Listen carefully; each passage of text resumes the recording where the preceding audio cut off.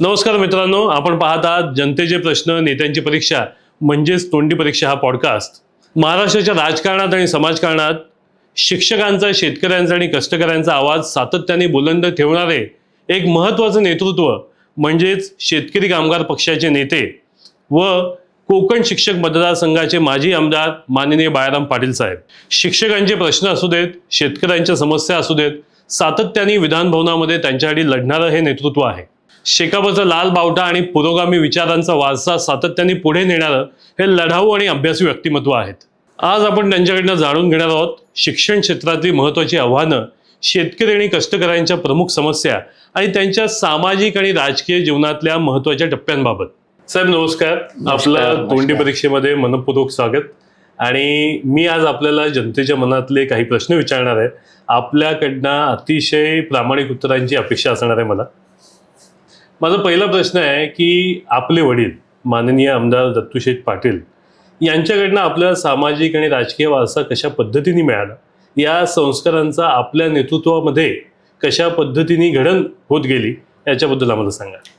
या ठिकाणी आज सामाजिक चळवळीमध्ये अगदी विपरीत परिस्थितीमध्ये किंवा कठीण कालखंडामध्ये देखील विचलित न होता मी कार्यरत आहे. त्याचं संपूर्ण श्रेय माझे वडील माझे आमदार दत्तूशेठ पाटील यांना जातं. बरोबर. त्यांच्यासोबत तरुणपणामध्ये जी पनवेल उरणच्या परिसरामध्ये भटकंती झाली, कार्यकर्त्यांची गाठीभेटी झाल्या, पक्षाचं कामकाज जे बघता आलं, त्याच्यामध्ये सहभाग घेता आला, त्याच्यातून खऱ्या अर्थानं शेतकरी कामगार पक्षाची विचारधारा, सर्वसामान्य जनतेच्या अपेक्षा, त्यांचे प्रश्न यांची जाणीव झाली. आणि भविष्याच्या कालखंडात काम करत असताना संघटनेच्या स्तरावर असेल, पदाधिकारी म्हणून काम करण्याचे असेल, ज्या ज्या संधी मिळाल्या, माझी सुरुवात ही वडिलांसोबत वाहन चालक म्हणून अगदी ज्युनियर कॉलेजपासून मी ड्रायव्हर म्हणून त्यांच्यासोबत सुरुवातीला जायचो. तदनंतर वडिलांच्या वयामध्ये आणि भागातल्या कार्यकर्त्यांच्या वयामध्ये जी दरी होती, त्यामुळे तरुण कार्यकर्त्यांना माझ्या रूपानं एक आसरा मिळाला आणि त्याच्यातून कार्यकर्त्यांच्या माध्यमातून विषय येत गेले. ते विषय सोडवण्याचा मी प्रयत्न केला आणि निश्चितपणानं खरं वास्तव राजकारणाच्या बाबतीत आपण आज बघितले तर कुणीतरी येतो एका झटक्यात युवा नेता म्हणून बॅनर लावतो लाखो रुपयाचे, किंवा कुणीतरी आज पक्ष बदलवतो, दुसऱ्या दिवशी ज्येष्ठ नेते म्हणून त्या पक्षाचा नेता बनतो. अशा पद्धतीची विपरीत परिस्थिती असतानाही जी जडणघडण झाली ती निश्चितपणानं वडिलांच्या सोबत राहिल्यानं किंवा त्या ठिकाणी जी संधी मिळाली, जे संस्कार मिळाले त्याच्यातूनच झाले. वडिलांनी देखील 60 वर्ष तब्बल राजकीय सामाजिक क्षेत्रात काम केलं, पण अतिशय आरसपणे असं व्यक्तिमत्व होतं, रोखटोक आणि स्पष्ट वक्तेपणा होता. चूकला चूक म्हणण्याची दानत त्यांनी आयुष्यभर दाखवली आणि चांगलं काम करणाऱ्या कार्यकर्त्यांना तेवढ्याच ताकदीनं पाठिंबा देण्याचं काम केलं.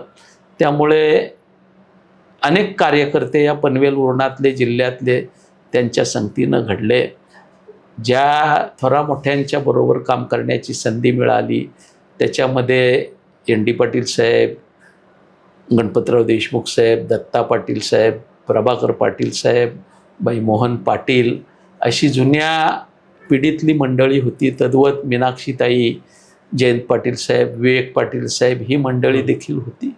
आणि त्यांच्याबरोबर काम करणारे अनेक समवयस्क होते, काही माझे समवयस्क होते, माझ्यापेक्षा लहानही होते. या साऱ्यांकडून काहीतरी शिकायला मिळालं. मनाची एक जडणघडण झाली की आपण या क्षेत्रामध्ये जे आलोय ते सर्वसामान्य माणसाच्या कामासाठी आलोय. शेतकरी कामगार पक्षाची विचारसरणी, शेतकरी कामगार पक्षाची कार्यपद्धती जपण्यासाठी आलोय. त्याच्यामुळे कुठेही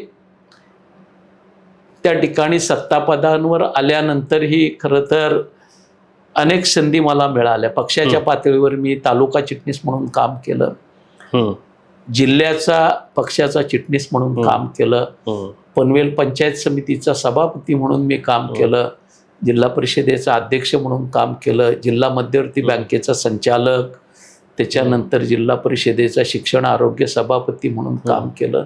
पण या प्रत्येक वेळेला काम करत असताना माझ्या नजरेसमोर वडिलांचा करारी चेहरा असायचा, त्यांचे संस्कार असायचे. त्याच्यामुळे अगदी मी आत्तापर्यंत 5-7 विधानसभा, विधान परिषद अशा 5 निवडणुका मी लढवल्या. पण माझ्यावर कुणीही कुठल्याही पद्धतीचा आरोप करू शकले नाहीत. माझ्या निवडणुकीला आरोप मात्र माझ्या इतर सहकाऱ्यांवरच व्हायचे, अशी परिस्थिती झाली. याचं सारं श्रेय माझ्या वडिलांच्या आणि पक्षाच्या तत्कालीन साऱ्या नेतृत्वाचा, दिबा पाटील साहेबांपासून साऱ्याच नेत्यांचे जे संस्कार मिळाले त्यालाच आहे. तर मला त्याच्यावरचा आधारित दुसरा प्रश्न आहे की एक सामान्य नागरिकापासून आमदार आणि मग पनवेल आणि आजूबाजूच्या संपूर्ण परिसरातलं एक प्रभावी नेतृत्व, हा जो काही संघर्षमय प्रवास होता, याच्यातल्या काही विशेष आठवणी किंवा कुठल्या मोठ्या शिकवणी होत्या ज्या आपल्याला मिळाल्या? बेसिकली मी संघटनेमध्ये काम करणारा कार्यकर्ता आहे. 97 साली ज्या वेळेस मी पंचायत समितीची निवडणूक लढवली, त्यापूर्वी मी जवळजवळ 12-13 वर्ष पक्षाचा पनवेल तालुका चिटणीस म्हणून काम केलेलं होतं. त्याच्यामुळे पनवेल उरण तालुक्याचं संपूर्ण खडानखडा माहिती मिळाली, कार्यकर्त्यांची अंतरंग मला कळाली आणि कुठल्या प्रसंगी आपण कसं वागलं पाहिजे याचं मूर्तिमंत उदाहरण तात्यांच्या, दिबा पाटील साहेबांच्या रूपानं आमच्या समोर असल्यामुळे त्या पद्धतीचे संस्कार राहिले. अनेक वेळा त्या कालखंडामध्ये दत्ता पाटील साहेब, प्रभाकर पाटील यांचा वावर पनवेलमध्ये असायचा. डी पाटील साहेब रयतच्या निमित्तानं आणि पक्षाच्या कामाच्या निमित्तानं सातत्यानं येत असायचे. ही सारीच थोरा मोठ्यांचे संस्कार मिळाल्यामुळे संघटनेमधनं काम करत असताना एक गोष्टीचा उल्लेख मी करायला मागतोय. माझ्यासाठी म्हणून तात्यांनी कधी शब्द टाकला नाही की बाबा माझ्यानंतर माझा मुलगाच पाहिजे, ही भूमिकाही घेतली नाही. तर स्वतः आमदार पदापासून निवृत्त झाल्यानंतर विवेक पाटील साहेबांची निवडणूक ज्या वेळेस आम्ही लढलो, त्यावेळेस तात्या, विवेक पाटील साहेब, मी स्वतः, ही 3 मंडळी आम्ही कॉन्स्टंट साऱ्या तालुक्यामध्ये मतदारसंघात प्रचाराला होतो आणि ज्या भागात जायचो त्या ठिकाणचा जिल्हा परिषद सदस्य, पंचायत समिती सदस्य किंवा त्या विभागातला पक्षाचा प्रभावी नेता असायचा. TN शेषन यांचा कडक बडगा त्यामुळे वेळेस असल्यामुळे 4थ्या माणसाच्या वरती 5वा माणूस प्रचाराला येत नव्हता. बरोबर. आणि त्यामुळे खऱ्या अर्थानं विवेक पाटील साहेबांच्या पहिल्या विधानसभेच्या निवडणुकीच्या निमित्तानं आमची जी ट्युनिंग जमली, आजही काळ कदाचित प्रतिकूल असेल, राजकीय संस्कार बदलले असतील, पण आमच्यामध्ये कुठेही फाट नाही आहे किंवा मतभेद नाही आहे. साऱ्याचं कारणच ते आहे की बेस पाया पक्का झाला आणि राजकारणात आपण आलोय ते वडिलांच्या नावाला कुठेही बट्टा लागणार नाही याची काळजी आपण घ्यायची आहे, ही मानसिकता झाली.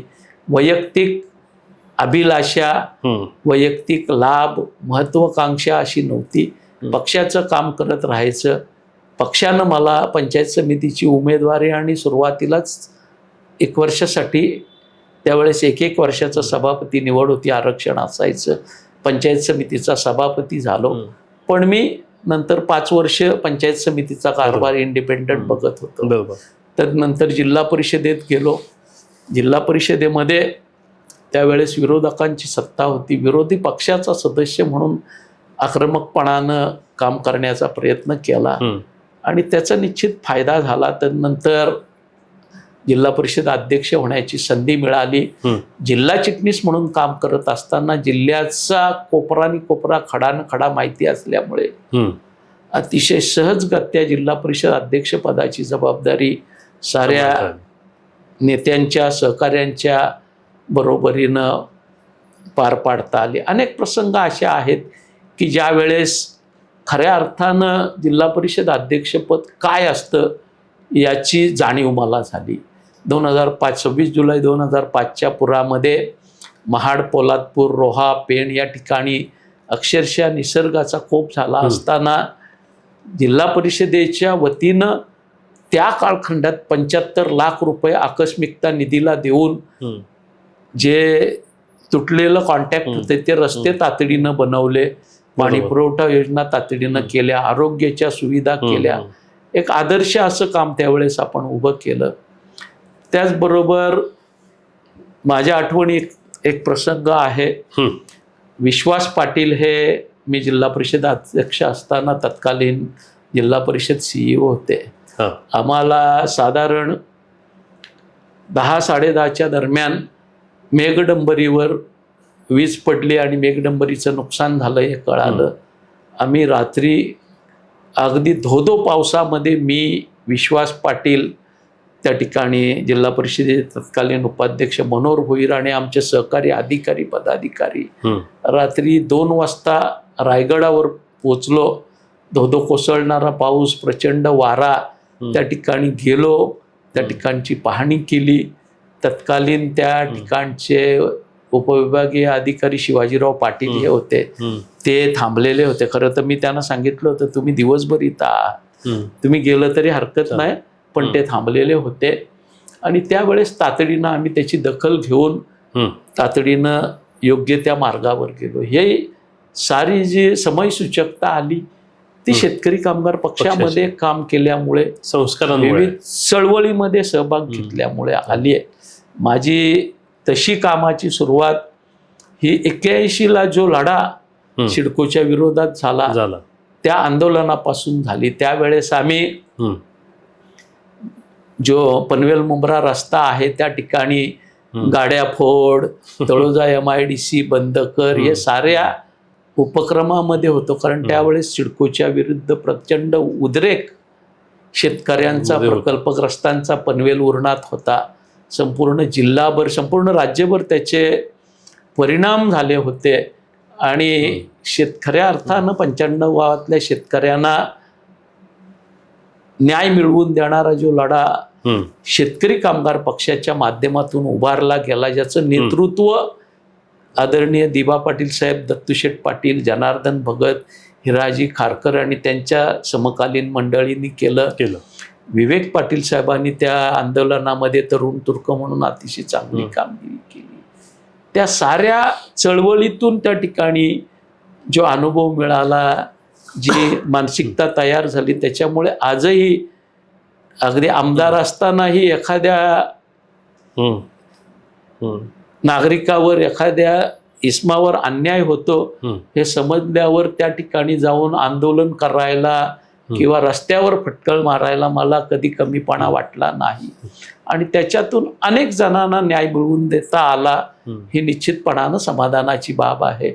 अगदी आत्ता ताजं उदाहरण आपण द्यायचं झालं तर मुंबई ऊर्जाच्या भूसंपादनाच्या वेळेस जे लाभ आपण पनवेलमधल्या मंडळींना मिळवून दिले ते निश्चितपणानं मनाला समाधान देणारे आहेत.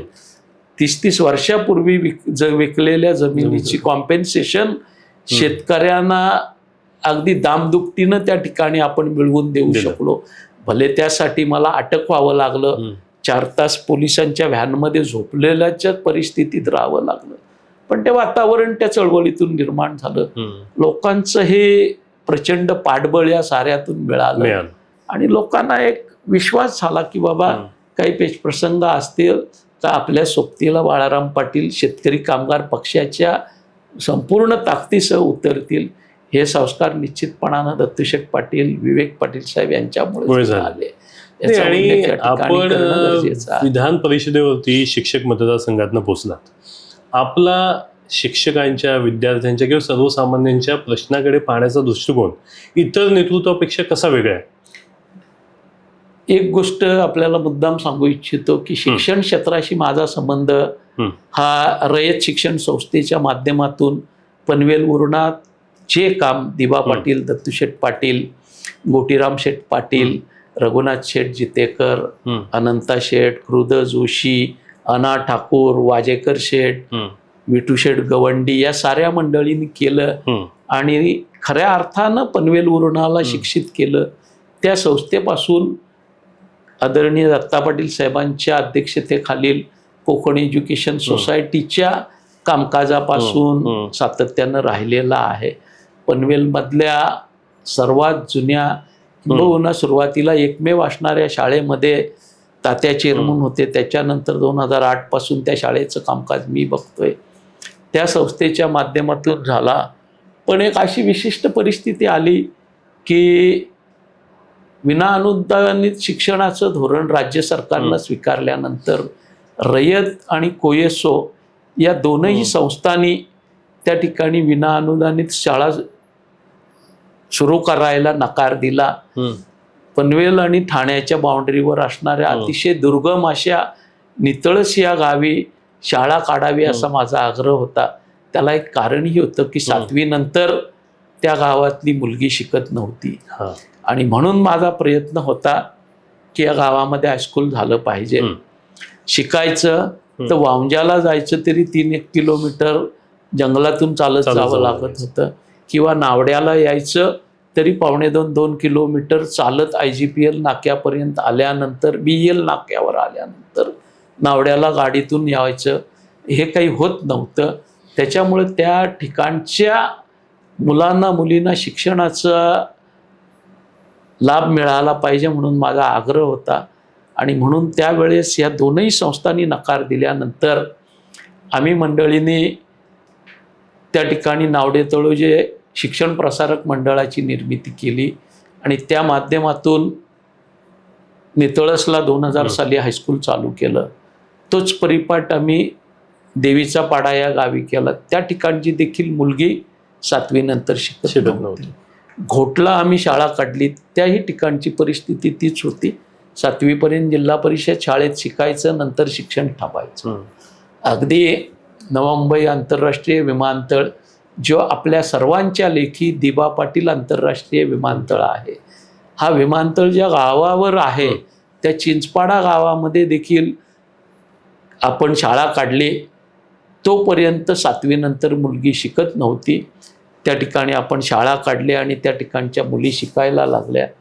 आज ह्या संस्थेचं नामकरण माजी आमदार दत्तूशेठ पाटील शिक्षण प्रसारक मंडळ असं झालेलं आहे आणि शेकडो हजारो लोक मुलं मुली या संस्थेतून शिकून बाहेर आली. अनेक डॉक्टर्स, इंजिनियर, आर्किटेक्ट्स, कॉर्पोरेट्स या संस्थेतून निघाले, शासकीय अधिकारी निघाले. हा निश्चितपणानं एक वेगळ्या पद्धतीनं चिकाटी जिद्द शेकापक्षानं जी मला दिली त्याच्यातूनच घडलेलं. पण ही स्फूर्ती देणारी उदाहरणं आहेत. पण त्याच्याच बरोबर आजची जी परिस्थिती आहे की सरकार कंत्राटी शिक्षकांची भरती करतंय, अनेक साऱ्या मराठी शाळा बंद होतात. याच्याकडे आपण कसं पाहता? शिक्षक आमदार म्हणून काम करण्याची संधी खरं तर मला अपघातानं मिळाली. बरोबर. कारण शिक्षक आमदार हे शिक्षकच असायचे आणि शिक्षकच असावेत अशी धारणा होती. पण मी शिक्षण क्षेत्रामध्ये अनेक शिक्षक आमदारांपेक्षाही चांगलं काम करत होतो असं मला वाटतं. कारण अनेक ज्यांना शिक्षण मिळत नव्हतं अशा विद्यार्थ्यांना शिक्षण देणं हे काम आपण करत होतो. अनेकांना रयत शिक्षण संस्थेमध्ये तात्यांच्या माध्यमातून आपण त्या ठिकाणी नोकऱ्या उपलब्ध करून दिल्या. अनेकांना कोकण एज्युकेशन सोसायटीत नोकऱ्या उपलब्ध करून दिल्या. जिल्हा परिषदेमध्ये काम करत असताना एक आगळी वेगळी संकल्पना पंचायत समिती पनवेल आणि रायगड जिल्हा परिषदेनं राबवली. मला सांगायला निश्चितपणानं आनंद आहे की शिक्षण, क्रीडा, आरोग्य, कृषी, पशुधन या साऱ्या विभागांना न्याय देत असताना जिल्हा परिषदेच्या शाळांमध्ये त्या ठिकाणी पहिल्यांदा आम्ही गुणवत्ता विकास कार्यक्रम चालू केला. विज्ञान, गणित आणि इंग्रजीच्या परीक्षा जिल्हा परिषदेच्या सेस फंडातून आम्ही घ्यायला लागलो. सांस्कृतिक उपक्रम करायला लागलो. क्रीडाविषयक उपक्रम करायला लागलो आणि रायगड जिल्ह्यातल्या जिल्हा परिषद शाळांचा शैक्षणिक दर्जा अतिशय चांगल्या पद्धतीनं उंचावला. संधी मिळाल्यानंतर जिल्हा परिषदेच्या माध्यमातून क्रीडा क्षेत्रासाठी तरतूद करणारी रायगड जिल्हा परिषद ही राज्यातली पहिली जिल्हा परिषद आहे. कबड्डी, खो खो, त्याच्यानंतर कुस्ती, ॲथलेटिक्स या भारतीय खेळांना चांगला आसरा आपण दिला. त्या ठिकाणी सिलेक्शनसाठी किंवा आंतरजिल्हा स्पर्धेसाठी, आंतरराज्य स्पर्धेसाठी, नॅशनलसाठी जाणाऱ्या मुलांना त्या ठिकाणी म्हणजे शूज, त्यांना ब्लेझर्स, त्यांना युनिफॉर्म, त्यांना TA DA हे रीतसर देऊन सन्मानानं त्यांना त्या स्पर्धामध्ये आत्मविश्वासानं उतरवणारी रायगड जिल्हा परिषद पहिली जिल्हा परिषद होती. पेहलवानांना त्या ठिकाणी खावटी म्हणून मासिक पैसे देणारी रायगड जिल्हा परिषद. असे दूरगामी निर्णय आपण घेतले. आणि हे करत असताना नावडे हायस्कूलमध्ये, पजो म्हात्रे विद्यालय नावडे या ठिकाणी माजी विद्यार्थी संघटनेच्या माध्यमातून आम्ही काम करत होतो. आम्ही मंडळींनी माजी विद्यार्थी संघटनेच्या माध्यमातून त्या ठिकाणी 3 रूमचं काम उभं केलं आणि जुनी इमारत दुरुस्त करून घेतली. त्या रूमच्या उद्घाटनाला शरद पवार साहेब जे रयत शिक्षण संस्थेचे अध्यक्ष आहेत त्यांना आम्ही आमंत्रित केलं. त्या कार्यक्रमाला नियोजित वेळेपेक्षा 1.25 तास ते लवकर आल्यानंतर त्यांनी थोडा वेळ काम बघितलं, कार्यक्रम अटेंड केला आणि ते 8 मेचा तो दिवस होता. 9 तारखेला संपूर्ण रयत शिक्षण संस्था सातारला कर्मवीर अण्णांना अभिवादन करायला पुण्यतिथीला असते. त्या ठिकाणी गेल्यानंतर 9 तारखेला सकाळी 8:15च्या कार्यक्रमामध्ये त्यांनी 8 तारखेला नावड्याच्या कार्यक्रमाचा उल्लेख केला की नावड्याला मी काल संस्थेचे उपाध्यक्ष माजी आमदार दत्तूशेठ पाटील यांच्या शाळेवर जाऊन आलो. त्या ठिकाणी त्यांचे चिरंजीव बाळाराम पाटील आणि त्यांचे सहकारी माजी विद्यार्थी यांनी अतिशय चांगलं काम त्या शाखेसाठी उभं केलंय. मला कुठेतरी समोर बाळाराम पाटील दिसतोय, मग मी उभं राहून हात जोडले. तो उल्लेख त्यांनी केला आणि नंतर थेट त्यांनी 1 महिनाभराच्या अवधीत मला रयत शिक्षण संस्थेच्या रायगड विभागाचं चेअरमन म्हणून काम करण्याची संधी दिली. रायगड विभागाचा चेअरमन रायगड, ठाणे, पालघर, मुंबई उपनगर आणि मुंबई या 5 जिल्ह्यातल्या जवळपास 67,000 विद्यार्थी संख्या असणाऱ्या शाळांचं, आश्रमशाळांचं कामकाज करायला मिळाल्यानंतर खऱ्या अर्थानं मी शिक्षणामध्ये झोकून काम केलं. जवाहर मोखाड्यासारख्या दुर्गम भागातल्या आश्रमशाळांना ND पाटील साहेबांनंतर जाणारा मी पहिला संस्थेचा पदाधिकारी होतो. त्या ठिकाणी गेलो, त्या ठिकाणच्या विद्यार्थिनींसाठी विविध सुविधा केल्या. त्यासाठी संस्थेच्या माध्यमातून आणि CSRच्या माध्यमातून मुबलक निधी उपलब्ध करून घेतला आणि मनाला समाधान देणारं एक अतिशय चांगलं काम त्या ठिकाणी उभं झालं. ह्या कामाची दखल घेत माननीय विवेकानंद पाटील साहेब, जयंत पाटील साहेब यांनी त्या ठिकाणी विधान परिषदेची शिक्षक मतदारसंघाची निवडणूक लागल्यानंतर प्रस्ताव ठेवला पवार साहेबांकडे की असं आहे, आपण ही निवडणूक लढवायला हवी. आत्तापर्यंत या मतदारसंघावर भारतीय जनता प्रणित संघटनेचाच कायम प्रभाव राहिलेला आहे. तर आपण ही निवडणूक लढवू शकतो, लढवली पाहिजे. पवार साहेबांनी गो अहेड दिल्यानंतर ती निवडणूक मी लढलो आणि शिक्षक आमदार म्हणून मी निवडूनही आलो. खरं तर मतमोजणीच्या दुपारपर्यंत ह्या निवडणुकीची मतमोजणी ही वेगळ्या पद्धतीनं होते. सगळ्या विभागातल्या 5ही जिल्ह्यामध्ये झालेली मतपत्रिका एका मोठ्या बॉक्समध्ये, अगदी या रूम एवढा आकार असेल, एकत्र करून मिक्स केली जातात. त्याच्यानंतर त्याचे 25-25चे गट्टे करून मतं मोजली जातात आणि नंतर मग सेपरेशन, कुठल्या उमेदवाराला किती पडली ती मोजणी होते. गठ्ठे होईपर्यंत बाळाराम पाटील या निवडणुकीत 7व्या-8व्या क्रमांकावर पण नव्हते. पण जशी मोजणी चालू झाली तसा धक्कादायक निकाल आला. अर्थात ह्या साऱ्याचं श्रेय आदरणीय शरद पवार साहेब, त्याचसोबत काँग्रेसचे कोकणातली मंडळी, शेतकरी कामगार पक्षाचे 372 कार्यकर्ते पनवेल उरणातले जे 750 किलोमीटरच्या या पट्ट्यामध्ये तब्बल वर्षभर काम करत होते, या साऱ्यांना होते. विवेक पाटील साहेब स्वतः 5ही जिल्ह्यामध्ये धावले. त्या कालखंडामध्ये सुनील तटकरे काँग्रेस राष्ट्रवादीचे प्रदेशाध्यक्ष होते, त्यांनी अतिशय चांगलं सहकार्य केलं. गणेश नाईक साहेबांनी केलं. साऱ्याच मंडळींचं सहकार्य मिळालं. राष्ट्रवादी काँग्रेस आणि डाव्या विचारसरणीची सारी मंडळी, विविध शिक्षक संघटना. पण या सगळ्यांच्यापेक्षाही वरताण काय असेल तर पनवेल उरणातले जे कार्यकर्ते त्या ठिकाणी काम करत होते. मीनाक्षीताई स्वतः कोकणात होत्या, कल्पनाताई होत्या, सगळी मंडळी शेतकरी कामगार पक्षाची जिल्ह्यातली 5 जिल्ह्यामध्ये धावत होती. पण या साऱ्यांचं कोऑर्डिनेशन करण्याचं काम शेतकरी कामगार पक्षाच्या 300-350 कार्यकर्त्यांनी 5 जिल्ह्यात केलं. तात्यांचे जे ठाणे पालघरमध्ये असलेले संबंध कामी आले.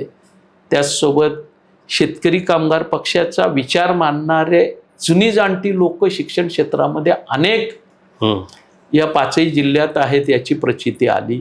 शेका पक्षाचे जुने कार्यकर्ते चढाओढीनं अहममिकेनं प्रचारामध्ये आले आणि एक आपला जुना इतिहास ज्या पक्षाचा आहे त्या पक्षाचा कुणीतरी उमेदवार तरुण लढतोय त्याला सहकार्य करायचं म्हणून केलं. एक अतिशय दैदिप्यमान अशी कामगिरी या साऱ्यांनी मिळून केली आणि मी आमदार शक्य झालं.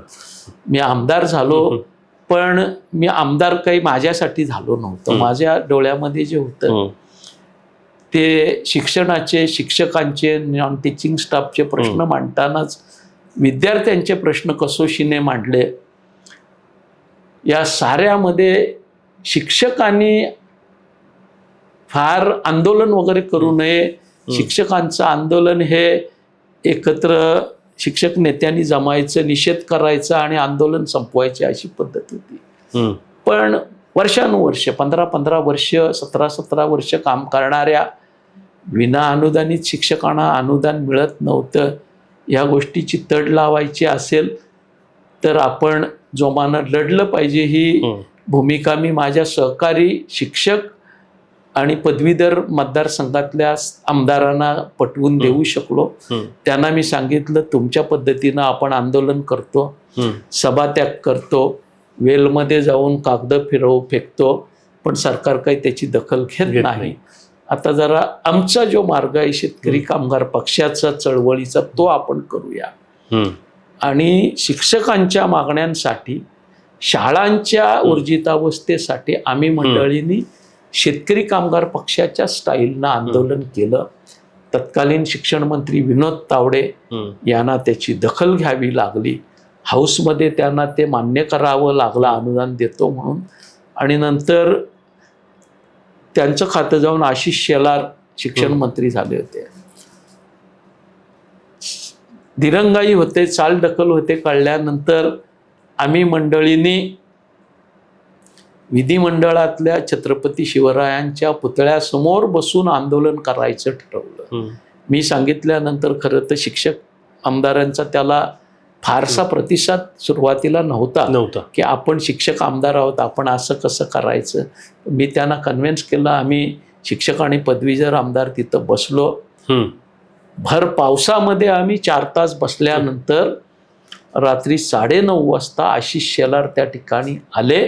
त्यांनी आम्हा मंडळींना लेखी दिलं आणि तदनंतर हाऊसमध्ये त्यांनी 2 दिवसात त्याची तामिलीही केली.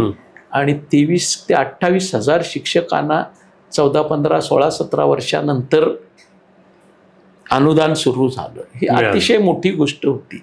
पुढच्या कालखंडात नंतर अनेकांना जवळपास 50-60 हजार लोकांना याचा लाभ झाला. आणि अनेक चाकोरीबाहेरचे मार्ग आम्ही निवडले. या ठिकाणी शिक्षकांच्या प्रश्नासाठी सेवाग्राम, वर्धा ते नागपूर विधिमंडळ पायी दिंडी आम्ही काढली. पुण्याला महात्मा ज्योतिबा फुल्यांच्या निवासस्थानापासून ते विधिमंडळापर्यंत मोर्चा आम्ही काढला. एक गोष्ट मात्र झाली की ताकदीनं चळवळ केली तर त्याला सरकार प्रतिसाद देतोय कळल्यानंतर माझे सारे शिक्षक सहकारी या लॉंग मार्चमध्ये, मोर्चात किंवा चळवळींमध्ये पुढाकार घेते झाले. विशेषतः आमदार दत्तात्रय सावंत, श्रीकांत देशपांडे, किशोर दराडे यांची नावं घ्यायलाच पाहिजेत, कारण ते या साऱ्या उपक्रमामध्ये माझ्या बरोबरीनं अतिशय तडफेनं होते. इतरही सगळे शिक्षक आमदार, काळेसर वगैरे, विक्रम काळेसर असतील किंवा कपिल पाटील सुद्धा याच्यामध्ये सक्रिय होते, निरंजन डावखरे होते. पण ही 3-4 नावं जी मी घेतली ती मात्र अतिशय ताकदीनं ह्या साऱ्या प्रयत्नामध्ये होती. आणि त्याच्यातून शिक्षकांच्या काही मागण्या आम्ही मार्गस्थ करू शकलो, शाळांच्या काही मागण्या करू शकलो. दीपक केसरकर साहेब आणि विनोद तावडे शिक्षण मंत्री असताना ज्या शाळा बंद करण्याचा निर्णय होत होता, त्यावेळेस मी त्यांना सांगितलं, साहेब तुम्ही ज्या कारणासाठी शाळा बंद करताय ते कोकणात चालत नाही. कोकणामध्ये बोगस विद्यार्थी नाहीत, कोकणामध्ये बोगस शाळा नाहीत, बोगस शिक्षक नाहीत, स्टाफ नाही आहे. पण कोकणची परिस्थिती अशी आहे की रत्नागिरी सिंधुदुर्गातला माणूस रोजीरोटीसाठी, अगदी दक्षिण रायगडातला माणूस ही रोजीरोटीसाठी अप टू पाली, मुंबई, पुणे, कोल्हापूर, सुरत इथपर्यंत स्थलांतरित होतंय. त्याच्यामुळे मुलं कमी होत आहेत. पण आपण जे अंतर 800 मीटरचं सांगता ते कुठेतरी ती वाडी आहे, वरती शाळा आहे, दरीत यायला जायला मुलांचा जीव मेटाकुटीला येतो. त्याच्यामुळे वस्तुस्थितीनिष्ठ निर्णय घ्या, याचा दूरगामी परिणाम कोकणातल्या विद्यार्थ्यांवर होईल. आणि सर्वसामान्य विद्यार्थी जो कर्मवीर अण्णा किंवा महात्मा ज्योतिबा फुले यांच्यासारख्या पूर्वसुरींच्यामुळे शिक्षणात महाराष्ट्र आघाडीवर आहे, तो पुन्हा सर्वसाधारण मागे पडेल माणूस, सर्वसाधारण सामान्य माणूस या शिक्षण क्षेत्राच्या परिघाच्या बाहेर जाईल. तर आपण हा निर्णय घेऊ नका. मोठी समस्या. थोडा काळ ते पुढे गेलं, पण नंतर हळूहळू ते धोरण शासन गुपचूप अंमलात आणण्याचा प्रयत्न करतोय. पण आपण ते प्रयत्न केले आणि निश्चितपणानं शिक्षक आमदार यांची, शिक्षकांची संवाद म्हणजे त्यांच्या संघटनेच्या ठराविक नेतृत्वाला कुठल्या तरी एका शाळेत बोलवायचं, तिथं त्यांच्याशी संवाद साधायचा, काही प्रश्न असतील त्याची पत्र अधिकाऱ्यांना द्यायची, अशा पद्धतीचं. पण 6 वर्षाच्या कालखंडामध्ये मी कोकणातल्या या 5ही जिल्ह्यातल्या शाळांमध्ये अतिशय मुक्तपणानं संचार केला.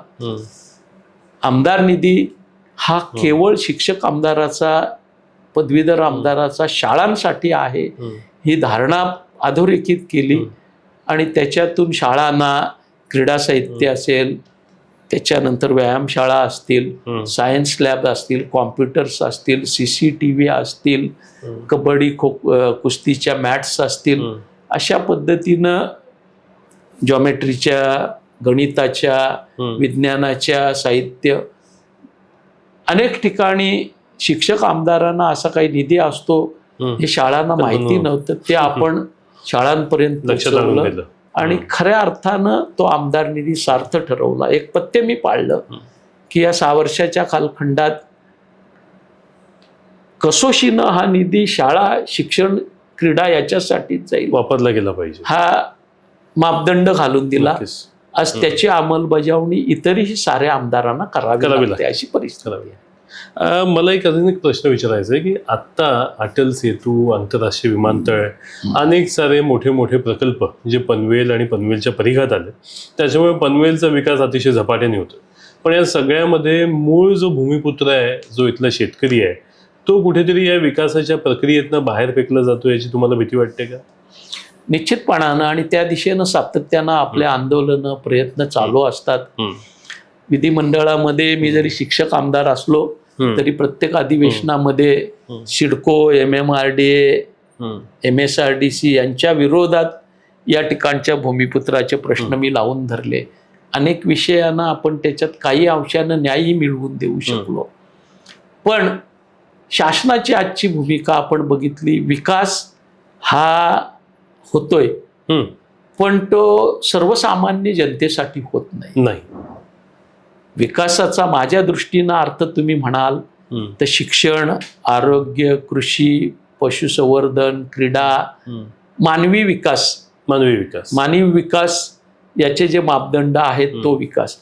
पण आज PM आवासची घरं बांधण्यासाठी शासनाकडे पैसे नाही तरी पैसे लावले जातात.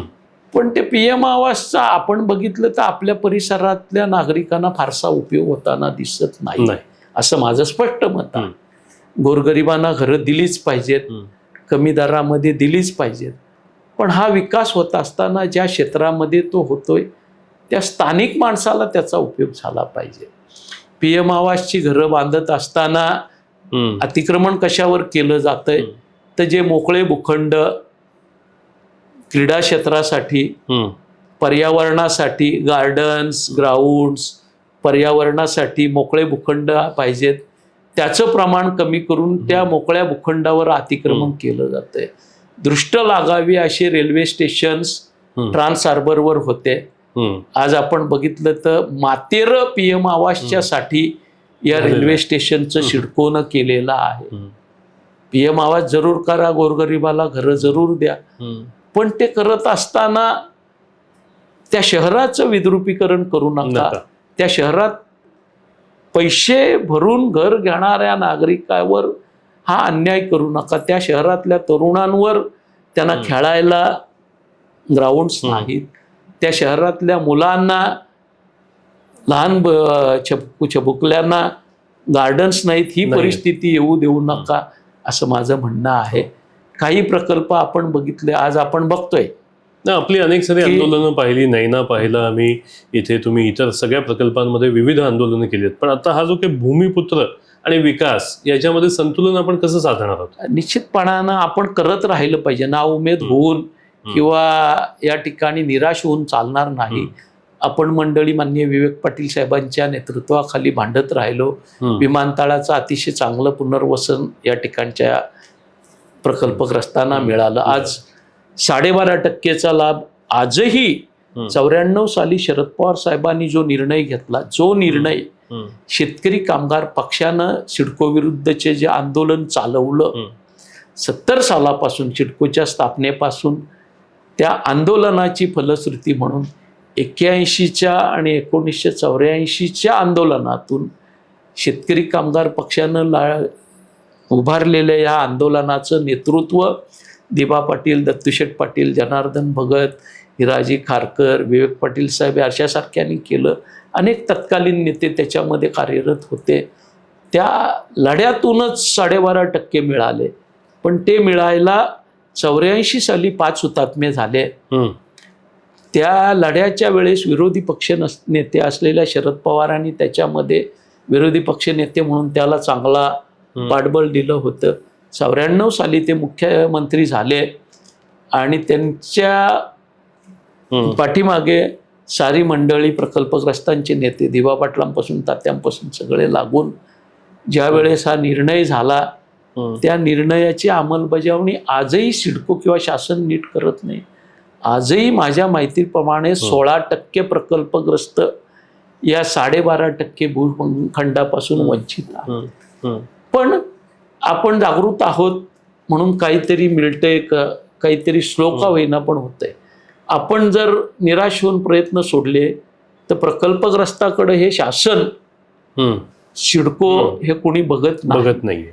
ते केवळ नाईलाज झाला तरच प्रकल्पग्रस्तांना एंटरटेन करतात असं माझं स्पष्ट मत आहे. त्याच्यामुळे हे आंदोलनं करावी लागतील. थोडीशी उदासीनता प्रकल्पग्रस्तांमध्ये आलेली असली तरीही माझी कळकळीची विनंती प्रकल्पग्रस्तांना राहील की आपल्या पूर्वसुरींनी आंदोलनं केली, लढे केले म्हणून आज आपण ह्या ठिकाणी सक्षमपणे आहोत. आज आपण ताकदीनं लढलो तर आपल्याला आणखी लाभ मिळतील. पण आपण कोणाच्या तरी चेहऱ्याकडे बघत बसलो तर आपल्याला काही मिळणार नाही परिस्थिती.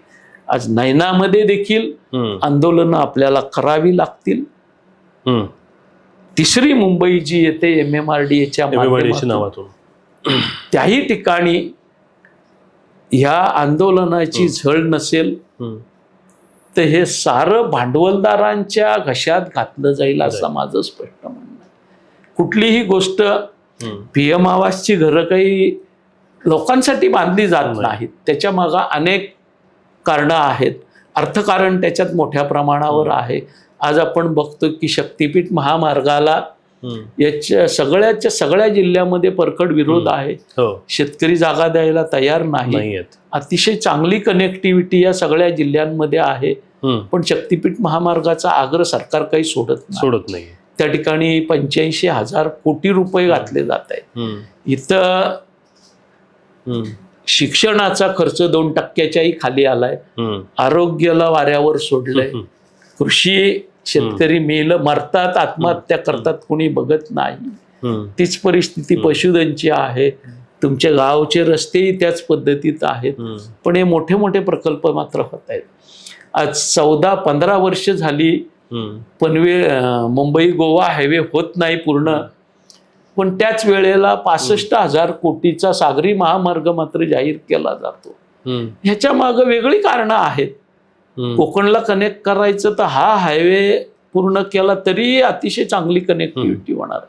सागरी महामार्ग नको असं माझं म्हणणं नाहीये. पण सागरी महामार्गासाठी जे पैसे लावतायत ते सर्वसामान्य नागरिकांच्या विकासासाठी लावले. कोकणमध्ये जर पर्यटन विकासाच्या दृष्टीनं मत्स्यमारीच्या विकासासाठी ते लावले तर निश्चितपणानं कोकणचं कॅलिफोर्निया जे स्वप्न ह्याच मंडळींनी दाखवलेलं आहे ते कुठेतरी थोडंफार का होईना वास्तवात येईल. विकासाची परिभाषा ही भांडवलदारांसाठी प्रकल्प आणि त्या प्रकल्पातून अतिशय मोठा मलिदा अशी सरळ झालेली आहे. झोपडपट्टीवासियांच्या पुनर्वसनाचं क्लस्टर डेव्हलपमेंट सिडको ठाण्यामध्ये सुरू करतंय म्हणून एक 8 दिवसापूर्वी MDनी घोषणा केली.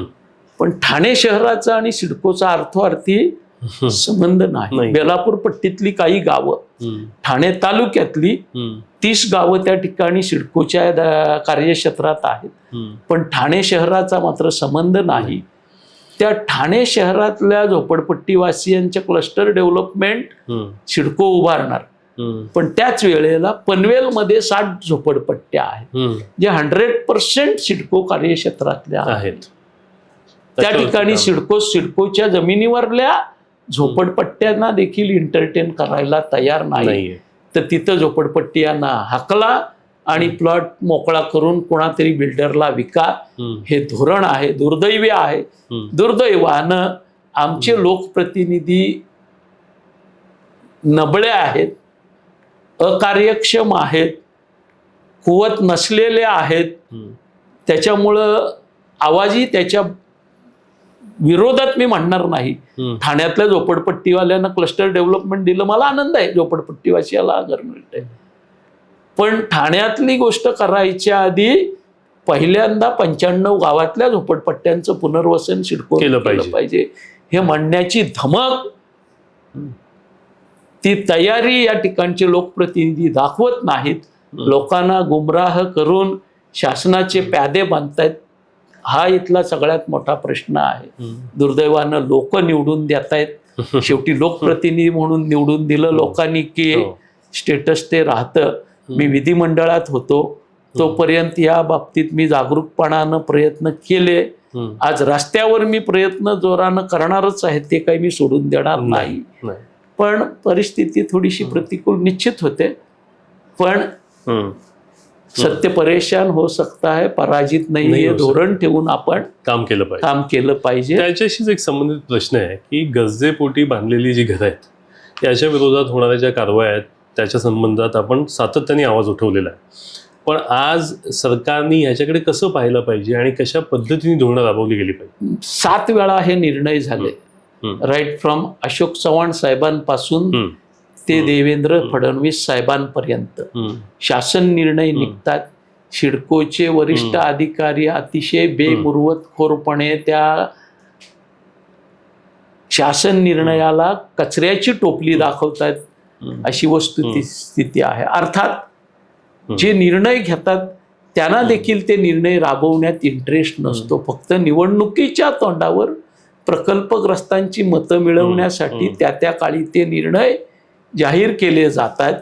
दुर्दैवानं आमचे प्रकल्पग्रस्तांचे लोकप्रतिनिधी म्हणून निवडून येणारी मंडळी त्यावेळेस सरकारची टिमकी वाजवते, बॅनर लावते, आपली छबी छापून घेते. पण त्याच्यानंतर मात्र ती अंमलबजावणी व्हावी म्हणून प्रयत्न केला जात नाही. आज 26,000 बांधकामं या 95 गावामध्ये आहेत. निश्चितपणानं जर तुम्ही सगळ्यांनाच इथं येऊन फुकट घरं देताय, कन्सेशनल घरं देतायत, तर ज्यांच्या बापजाद्यांच्या जमिनीवर तुमचा हा डॉलारा उभा आहे त्यांना थोडीशी जागा तुम्ही दिली तर त्याच्याने काही बिघडत नाही. अनेक संस्थांना फुकट जागा या ठिकाणी दिल्या जात आहेत. आपण बघतोय देवस्थानाला जागा देण्याला माझा विरोध नाही, पण ज्या वेळेस अटल सेतू संपल्यानंतर त्या ठिकाणी बालाजी देवस्थान ट्रस्टला मोफत किंवा नाममात्र भाड्याने जागा दिली जाते. त्याच ठिकाणी गव्हाण ग्रामपंचायत महाराष्ट्राचा आराध्य दैवत छत्रपती शिवरायांच्या पुतळ्यासाठी जागा मागते, तर त्याला 5 कोटी रुपये 5,69,00,000 भरा म्हणून बेशरमपणानं सांगितलं जातं. या गोष्टीला माझा विरोध आहे. तुम्ही परराज्यातल्या मंडळींना ज्यांचा ह्या नव्या मुंबईशी दुरान्वये संबंध नाही, फुकट भावानं जागा देताय, त्यावेळेस या ठिकाणच्या प्रकल्पग्रस्तांना थोडीफार जागा गेली, निग्लिजिबल जागा आहे, ती दिली पाहिजे. कुठलीही बंधनं न घालता दिली पाहिजे. त्या ठिकाणी फ्रीहोल्ड ही जागा दिली पाहिजे. प्रकल्पग्रस्तांना त्यांच्या नियोजनानुसार ती वापरण्याचं स्वातंत्र्य असलं पाहिजे. एवढंच बांधा, तेवढंच बांधा, हेच करा, तेच करा, ही बंधनं न घालता त्याचा विकास मुक्तपणानं करण्याची संधी प्रकल्पग्रस्तांना मिळावी म्हणून शासनानं निर्णय घेतला पाहिजे. शेवटी त्यांच्याच बळावर तुम्ही करोडोच्या गोष्टी करताय आणि करोडो रुपये इकडे तिकडे वळवताय. आज कोविडच्या कालखंडामध्ये मुलुंडला कोविड सेंटर सिडकोनं पहिलं उभारलं आणि आम्ही आंदोलनावर आल्यानंतर कळंबोलीला कोविड सेंटर झालं. अरे तुमची नाळ 95 गावांशी पाहिजे. मुंबईला कोविड सेंटर उभारलं, अजिबात गम नाही, उभारलंच पाहिजे. त्यावेळेस जेवढे जास्तीत जास्त दिलासा लोकांना देण्यासाठी करण्यासारखं होतं ते केलं पाहिजे. आज ठाण्यातल्या झोपडपट्ट्यांचा क्लस्टर डेव्हलपमेंट सिडको करणार आणि पनवेलच्या झोपडपट्ट्या निष्कासित करणार, कळंबोलीच्या झोपडपट्ट्या, नावडा पाट्याच्या, रोडपाली पेंदरच्या झोपडपट्ट्या निष्कासित करणार. वडगरच्या आदिवासी बांधवांना तिथं आमदारांनी आंदोलन करून आत्मदहनाची धमकी केल्यानंतरही बेघर करणार. हे अतिशय निर्दयी आहे. दुर्दैवानं आमचे लोकप्रतिनिधी या गोष्टीकडे गंभीरपणानं बघत नाही. निवडणुकीमध्ये एकमेकाच्या विरोधात लढलो, निवडून आले, पराजित झालो, हे सारं झालं, पण लोकप्रतिनिधी झाल्यानंतर त्या ठिकाणच्या नागरिकांच्या प्रती असणारी जबाबदारी पेलणं हे त्यांचं नैतिक कर्तव्य आहे. मॉरली त्यांची ती रिस्पॉन्सिबिलिटी आहे, ते करत नाहीत. शासनाला जाब विचारणं सोडा, पण विषय काढायची देखील हिंमत यांच्यामध्ये नाही अशी परिस्थिती. तसंच एक प्रश्न होता, आपल्याला ते सोडून चालणार नाही. आपल्याला हा विषय तसाच लावावाच लागेल. आणि मी या ठिकाणी आपल्या माध्यमातून सांगू इच्छितो की शेतकरी कामगार पक्षाची, महाविकास आघाडीची ही भूमिका आहे की ही 26,000 घरं जी तुम्ही सर्वे केलेला आहे, कलेक्टर रायगड, कलेक्टर ठाणानी त्याची पूर्तता करावी म्हणून सांगितलेली आहे, ती तुम्ही नियमित केली पाहिजेत. ती लँड फ्रीहोल्ड दिली पाहिजे. प्रकल्पग्रस्ताला त्याच्या नियोजनानुसार ती विकसित करण्याचं स्वातंत्र्य दिलं पाहिजे. भले त्याच्यात एखाद्या प्रकल्पग्रस्ताला 5-10 कोटी मिळाले तर त्याच्यानं सिडकोचं काही नुकसान होणार नाहीये. ती भूमिका घेतली पाहिजे. नाही, आता पनवेल महानगरपालिकेचा प्रॉपर्टी टॅक्सचा जो विषय आहे याच्यामध्ये आपण रस्त्यावरती उतरून मोठा लढा दिलात, पण तेवढ्या मोठ्या प्रमाणात नागरिक सामील झाले नाही, याची काही खंत वाटते आपल्याला? खंत वाटण्यापेक्षा कुठेतरी आमचे प्रयत्न कमी पडले असं तुम्ही म्हणता. माझे सहकारी कदाचित जास्त तेवढे माझ्या एवढे सिरियस नसतील, किंवा कदाचित त्यांनी प्रयत्न करून ही लोकांनी रिस्पॉन्स दिला नसेल. पण पलीकडे गेलो, मुंबईला 500 स्क्वेअर फुटापर्यंत प्रॉपर्टी टॅक्स माफ, ठाण्याला माफ, नव्या मुंबईला माफ. पण पनवेलचा विषय आला की मात्र शासन दुराग्रहानं बघतं. खरं तर पनवेल त्यांना सातत्यानं आमदार देतंय, सत्ताधाऱ्यांना.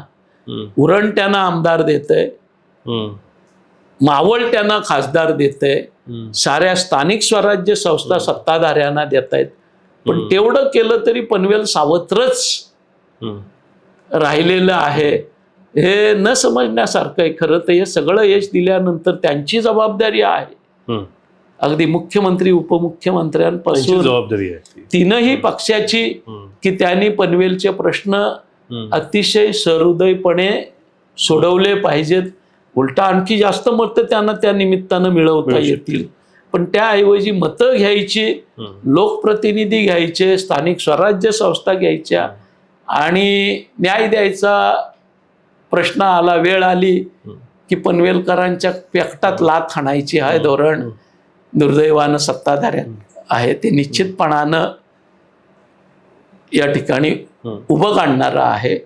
पण आपण मात्र लढणार आणि त्याच्यात सर्वसामान्य जनतेला न्याय मिळवून देणार हा विश्वासही मी द्यायला माझ्या मनातला एक प्रश्न विचारतो की राजकारणामध्ये अनेक निवडणुकांमध्ये अपयश आणि त्याचबरोबरीने जवळची जे काही कार्यकर्ते आहेत, मंडळी आहेत, ही जेव्हा सोडून जातात त्यावेळेला बाळाराम पाटील या व्यक्तीच्या मनामध्ये नक्की काय चालतं, काय होतं? निश्चितपणानं अगदी ताजं उदाहरण आपण बघितलं. विधानसभेच्या निवडणुकीला माझं स्पष्टपणानं या ठिकाणी जयम म्हात्रे, प्रीतम म्हात्रे यांना सांगणं होतं की माझी काही आर्थिक किंवा तयारी नाही आहे, तुम्ही पनवेलमध्ये लढा. मी 2 महिने ठिया मांडून आहे, अतिशय चांगलं वातावरण आहे, आपण पनवेलची सीट जिंकू शकू. पण त्यांनी हेका धरला की मला पनवेलला लढायचंच नाही, पण पक्षानं तिकीट दिलं तरी मी उरणला राहीन, नाही दिलं तरी राहीन. महाविकास आघाडीनं सीट सोडली तरी मी लढेन, नाही सोडली तरी मी लढेन. त्यावेळेस मी निर्णय घेतला. खरं तर तो निर्णय पक्षाच्या स्तरावर पेक्षा मला पनवेलच्या उरणच्या स्तरावरच घेणं गरजेचं होतं. मी स्पष्टपणानं नमूद केलं की भले 40-45 हजाराचा फटका या ठिकाणी महाविकास आघाडी तुटल्यानंतर पनवेलमध्ये बसेल, तो सहन आपण करू, पण पक्षाला प्रीतम म्हात्रेंच्या रूपानं एक आमदार उरणमधून मिळणार असेल तर आपण ह्या 4ही जागा लढूया. आता त्याचा फटका तुम्हाला स्वतःही व्यक्तिशः बसला. एवढी रिस्क मी घेतल्यानंतर विधानसभेच्या पराभवानंतर जेव्हा जयम म्हात्रे, प्रीतम म्हात्रे आणि त्यांच्या सोबत अनेक जण जातात त्यावेळेस निश्चितपणानं मनाला वाईट वाटतं. कारण मी शेवटी संवेदनशील माणूस आहे. मी काही आमदारांसारखा पाषाण हृदयी नाहीये की काही जनतेशी घेणं देणं नाही. माझी नाळच लोकांशी जोडलेली आहे. त्याच्यामुळं मनाला वाईट तर वाटतं, पण तेवढ्यात निग्रहानं मी माझी मानसिकता बनवत असतो. मला तो एक्सपिरियन्स आता जुना झालाय. जी मंडळी शेतकरी कामगार पक्ष नावाच्या या इन्स्टिट्यूटमध्ये घडली, जयम म्हात्रे आणि त्यांचे सहकारी आत्ताचं उदाहरण आहे. त्याच्या आधी अरुण भगत वगैरे कंपनी गेली, त्याच्या आधी राम ठाकूर गेले, त्याच्याही आधी पक्षाचे संस्थापक आणि पक्षाचं नेतृत्व, चेहरा, आधारवड असणारे दिबा पाटील साहेब सोडून गेले होते. त्यावेळेसही दत्तूशेठ पाटील, विवेक पाटील साहेबांनी तो धक्का सहन करून पक्षाला व्यवस्थित सावरलं, ट्रॅकवर आणलं. त्याच्यानंतरही अनेक जण गेले. अगदी जी.आर. पाटील साहेब गेले होते, त्याही वेळी परिस्थिती तशी होती. पण माझ्या व्यक्तिशः ज्यांना मी जवळ केलेले होते असे अनेक जण गेले. खरं तर त्या मंडळींची नावं घ्यायलाही मला नको वाटतंय. नाही, पण कुठेतरी असं आहे का की रेंज रोवर मध्ये फिरणारे नेते, फॉर्च्युनर मध्ये फिरणारे कार्यकर्ते आता खटाराची काही साथ द्यायला तयार नाही, अशी परिस्थिती आहे? नाही, असंही नाही आहे. ही मंडळी काही पहिल्यापासून रेंज रोवर मध्ये फिरत नव्हती. पण आता ही मंडळी शेतकरी कामगार पक्षाच्या मुळेच सारी मंडळी याचे यावत अगदी रामशेठ ठाकूर असतील, जयम म्हात्रे असतील, यांचा धंदा हा शेतकरी कामगार पक्षाच्या माध्यमातून मिळाली कामं, जिल्हा मध्यवर्ती बँकेच्या सहकार्यातून मिळालेलं आर्थिक योगदान, कर्नाळा नागरी सहकारी बँकेच्या माध्यमातून मिळालेलं योगदान, गावागावातल्या शेका पक्षाच्या कार्यकर्त्यांची मिळालेली साथ याच्याच आधारावर आहे. ही कुणीही मंडळी सोन्याचा चमचा तोंडात घेऊन जन्मलेली नव्हती. शेका पक्षाचं योगदान आज ते कदाचित नाकारतील, ते सांगतील आम्ही झालो, पण वस्तुस्थिती आहे. त्याच्यामुळं छोट्या गाड्यांपासून मोठ्या मोठ्या गाड्या येत गेल्या, सुबत्ता आली, तशी तुम्ही सांगताय ती परिस्थिती झाली. अनेक जण आहेत की बरोबर गेलेली मंडळी देखील व्यक्तिगत त्यांच्या कामात साथ देत नसताना आम्ही मंडळीने आमच्या कुवतीप्रमाणे, अर्थात आर्थिक बाबतीत माझी कुवत ही 0 आहे हे या ठिकाणी प्रांजळपणानं नमूद करतो, पण मी कुठल्या ना कुठल्या मार्गानं माझ्या सहकार्याला अडचणीच्या वेळेस मदत करायचा प्रयत्न निश्चितपणानं टोकाला जाऊन करतो.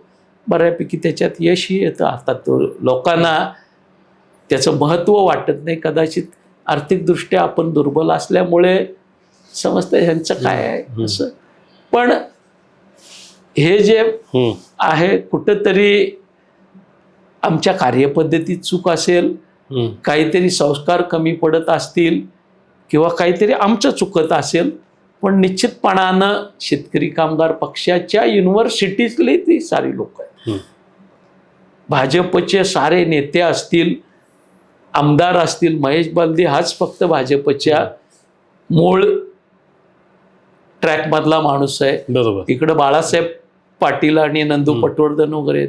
बाकी तुम्ही ग्रामपंचायतीपासून खासदारांपर्यंत गेलात, सगळे आमदारांपर्यंत आला, सगळे शेतकरी कामगार पक्षाच्याच प्रयत्नानं, शेतकरी कामगार पक्षामुळेच झालेली मंडळी आहे. बरोबर. आज दुर्दैवानं कुऱ्हाडीचा दांडा गोतास काळ या म्हणीची प्रचिती आम्हा मंडळींना येते, पण माझ्यासारखा माणूस निश्चितपणानं ह्या गोष्टीला फारसं महत्त्व न देता उद्याच्या कालखंडामध्ये पुन्हा यांचा बाप कसं बनता येईल शेका पक्षाला, त्या दिशेनं प्रयत्न करा. पण एकेकाळी म्हणजे रायगड जिल्ह्यामध्ये सर्वात प्रबळ पक्ष मानला जाणारा शेतकरी कामगार पक्ष आज कुठेतरी संघर्ष करतोय स्वतःच्या अस्तित्वासाठी, अशी परिस्थिती निर्माण झाली आहे का? निश्चितपणानं आहे. पनवेल पंचायत समिती असेल, अलिबाग पंचायत समिती असेल, या ठिकाणचे निकाल असतील किंवा रायगड जिल्हा परिषदेत एकही सदस्य न येणं असेल, या ठिकाणी या साऱ्याचा परिणाम निश्चितपणानं कार्यकर्त्यांच्या मनोधैर्यावर होतंय. पण जे काही आज चाललंय ते राजकारण वगैरे नाही, ते गलिच्छ कारण आहे. गलिच्छ कारण एवढंच मी म्हणेन. वैयक्तिक स्वतःचा आर्थिक त्या ठिकाणी स्वार्थ आहे. कुठंतरी आपण केलेली पाप एक्सपोज होऊ नयेत म्हणून त्याच्यावर पांघरून घेण्यासाठी घालण्यासाठी चाललेले हे प्रयत्न आहेत. आणि त्याच्यामुळे ह्या लोकांना त्या ठिकाणी नमावं लागतंय, मांडली कतकं पत्रावं लागतंय. जनतेचंही या ठिकाणी आपण जर रिव्ह्यू घेतला तर जरूर मी पराभूत झालो, पण विपरीत परिस्थिती ती 100 कोटीच्या समोर 2-5 कोटी खर्च न करता 1,32,800 मतं मला या ठिकाणच्या लोकांनी दिलेली आहेत. हे कुठंतरी मला नैतिकदृष्ट्या बांधून ठेवतंच. शेवटी या मतदारसंघाचा चेहरा मोहरा अंतर्बाह्य बदललेला आहे. आज जवळजवळ 75-80% मतदार हे या ठिकाणी स्थलांतरित आलेले आहेत. त्या ठिकाणी कुठेही गेलात तर तुम्ही शेतकरी कामगार पक्ष किंवा विळा हातोडा आणि 3 स्टार नाहीये, खटारा नाहीये. तिकडं कुठेतरी गेलात तर भाजपचं कमळ आहे, काँग्रेसचा हात आहे, महाराष्ट्रामध्ये शिवसेनेचं धनुष्यबाण आहे, कुठेतरी मशाल आहे, कुठेतरी मायावतीचा हत्ती आहे, कुठेतरी अखिलेश कुमारांची सायकल आहे, पण शेका पक्षाचं निशाणी किंवा चिन्ह कुठंच नाहीये. पण अशाही परिस्थितीमध्ये 1.25 लाखापेक्षा जास्त मतं कार्यकर्त्यांच्या मेहनतीवर या ठिकाणचा गोरगरीब माणूस आपल्याला देतोय. ही माझ्या दृष्टीनं निश्चितपणानं समाधानाची आणि आशेचा किरण आहे. सगळेच काही विकले जात नाहीत. पैशासाठी पैसेवाले विकले जात आहेत, पैशासाठी किंवा स्वतःची पापं झाकण्यासाठी तत्वहीन माणसं विकली जात आहेत. पण ह्या साऱ्या परिस्थितीमध्ये देखील म्हणजे ज्या वेळेस 95 पट खर्च बाहेरून केला जातो, आपण कुठेतरी 1-2% खर्च त्यांच्या इलेक्शनच्या तुलनेत करतोय. 98 पट खर्च तिकडनं होतोय, तरीही 1.25 लाखापेक्षा जास्त लोक मतं देत आहेत. हेही कमी नाहीये असं मला वाटतं. त्या विधानसभेनंतर या संपूर्ण उरण पनवेल विभागामध्ये आपण कार्य करत असताना पनवेल महानगरपालिका असेल किंवा जिल्हा परिषद असेल, पंचायत समित्या असतील, याच्यामध्ये अपेक्षेसारखं यश आलं नाही? ती मतं पनवेल महानगरपालिकेच्या बाबतीत स्पष्टपणानं सांगायला पाहिजे की महाविकास आघाडीची जडणघडण करण्याच्या दृष्टीनं मी अगदी टोकाला जाऊन प्रयत्न केले.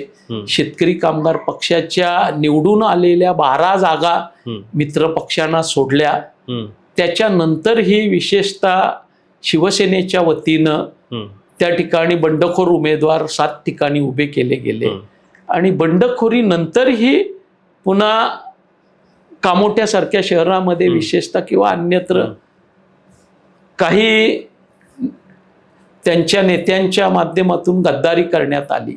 म्हणजे वाटाघाटीच्या माध्यमातून जास्तीच्या सीट मिळवून घ्या, त्या मिळाल्यानंतर बंडखोर उभे करा, त्याच्यानंतर पुन्हा गद्दारी करा, असं हे सत्र झालं आणि त्याचे निश्चित दुष्परिणाम झाले. महाविकास आघाडी म्हणून लढत असताना ज्या महाविकास आघाडीसाठी मी टोकाला जाऊन बलिदान केलं ती महाविकास आघाडी निवडणुकीत दिसलीच नाहीये. आणि निकालानंतर पण आपण बघितलं तर शिवसेनेनं स्वतःचं वेगळा गट स्थापन करून पुन्हा एक केबिनसाठी ती मंडळी राम ठाकूरांना भेटायला जातात. हे सारं उद्वेगजनक आहे. आता त्याच्यातून माझ्यासारख्या कार्यकर्त्याला एक दिसतं की काँग्रेसवाले आपल्या सोबत होते, राष्ट्रवादीवाले सोबत होते. शिवसेनेचा अनुभव निश्चितपणानं विधानसभेच्या बाबतीत मी त्यांना दोष देणार नाही.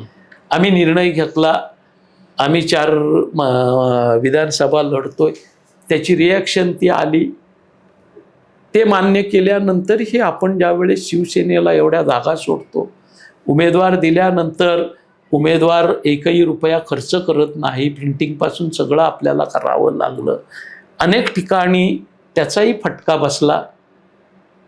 उमेदवार बंडखोरी करतायत याची माहिती मी त्यांचे जिल्हा प्रमुख शिरीष करताना दिली, त्यांचे संपर्क प्रमुख प्रसाद भोईरांना दिली, त्यांचे या ठिकाणचे जे नेते होते बाळमानेंना दिली, अगदी आनंद गीते साहेबांना दिली, सचिन आहेर साहेबांना दिली आणि त्यांना सांगितलं साहेब हे कुठेतरी थांबवा, अन्यथा परिणाम बरे होणार नाहीत. अर्थात त्यांचे 0तून 5 आले, पण आपले मात्र 23तून 7वर येण्याची वेळ आली. चुका झाल्या, चुकांची जबाबदारी मी निकालानंतर स्पष्टपणानं स्वीकारले की निवडणुकीची रणनीती आखण्यात मी कमी पडलो. माझ्या सहकार्यांना या ठिकाणी बरोबर घेण्यात कमी पडलो, काहींना पारखण्यात कमी पडलो. कारण का या साऱ्या गोष्टी मी गीते साहेबांपासून, बाळ मानेंपासून, सचिन भाऊंपासून, प्रसाद भुईरांपासून साऱ्यांच्या कानी घालत होतो. ते प्रत्येक वेळेला बघतो, सांगतो, करत होते, पण प्रत्यक्षात मात्र काही झालं नाही. पण हे विधानसभेच्या निवडणुकीच्या वेळेला पण शिवसेने बाबतीतला एक प्रसंग आहे आणि जो प्रश्न तुमच्यासाठी आहे की आपण मशाल हातात घेण्याचा प्रयत्न केलात, असं काही घडलं होतं का? आणि त्याच्यामुळे तुमच्या विश्वासार्हतेवरती काही प्रश्नचिन्ह? माझ्या विश्वासार्हतेवर प्रश्न निर्माण होण्याचा विषयच येत नाही.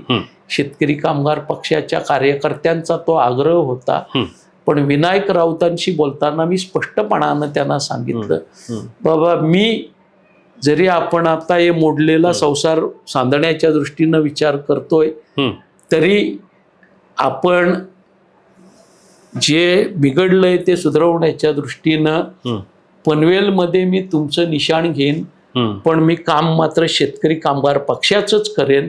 माझं कार्यालय शेका पक्ष कार्यालयच राहील. माझं काम शेका पक्षाच्याच माध्यमातून होईल. मी फक्त विधिमंडळ गटाचा सदस्य म्हणून निवडून आलो तर तुमच्या पक्षाशी संबंधात असेल. मी काही शिवबंधन बांधून घेणार नाही, मी प्रवेश वगैरे करणार नाही, हे अतिशय स्पष्टपणाने सांगितलं. कार्यकर्त्यांच्या आग्रह असतो मी गेलो, पण मी जातानाही कार्यकर्त्यांना सांगितलं हे चुकीचं होतंय, पण साऱ्यांचाच इतका टोकाचा आग्रह होता की आम्ही ती चर्चा केली. पण विनायक राऊतांना मी स्पष्टपणाने याची कल्पना दिली, फक्त विधिमंडळातल्या तुमच्या व्हीप मला लागू होईल, बाकी मी शेका पक्षाचंच काम करेन. आजही मृतावस्थेत असलेली शिवसेना, शेतकरी कामगार पक्ष, महाविकास आघाडी म्हणून आपण काम करताना आमच्या सोबतीनं वाढलेली आहे, तशीच ती पुढेही वाढेल. आपण एकत्र आम्ही मिळून प्रगती करू. पण दुर्दैवानं पण याच्यामध्ये त्या गोष्टी कुठेतरी घडल्या नाहीत. कार्यकर्त्यांचा आग्रह असो किंवा घडलेली घटना असो, कुठेतरी शेतकरी कामगार पक्ष हा दिवसेंदिवस दुर्बळ होत चाललेला आहे. हे जी डावी विचारसरणी आहे याला आत्ता आपल्या पब्लिक डोमेनमध्ये तशी जागा राहिली नाही असं म्हणता येईल का? असं म्हणण्याची परिस्थिती नाही आहे. कारण का जी मंडळी सत्ता जगातला सर्वात मोठा पक्ष म्हणून जात आहेत, उद्या वेळ प्रसंगी पुन्हा तिसऱ्या दिवशी पाणी कामोट्यात नाही किंवा कळमुलीत नाही सांगायला शेका पक्षाकडेच येतात. याचाच अर्थ लोकांच्या मनामध्ये शेतकरी कामगार पक्ष आहे.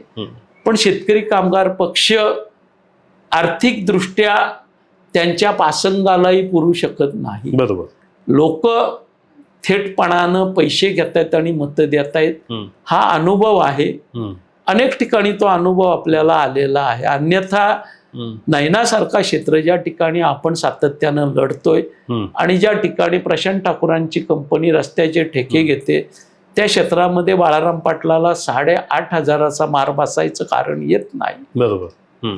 पण पुन्हा प्रश्न आला की बाळाराम पाटलांनी नैनाच्या विरोधात आंदोलन करावं म्हणून ही मंडळी सांगायला येते. अर्थात लोकांना शेतकरी कामगार पक्षाची गरज आहेच किंवा शेका पक्षाचं ते स्थान आहेच.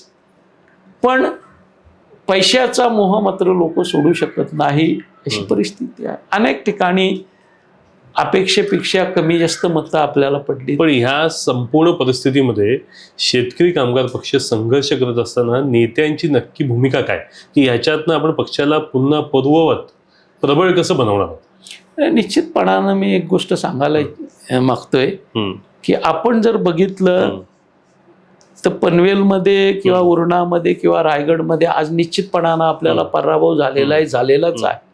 आपण हो म्हटलं तरी झालं, नाही म्हटलं तरी झालं.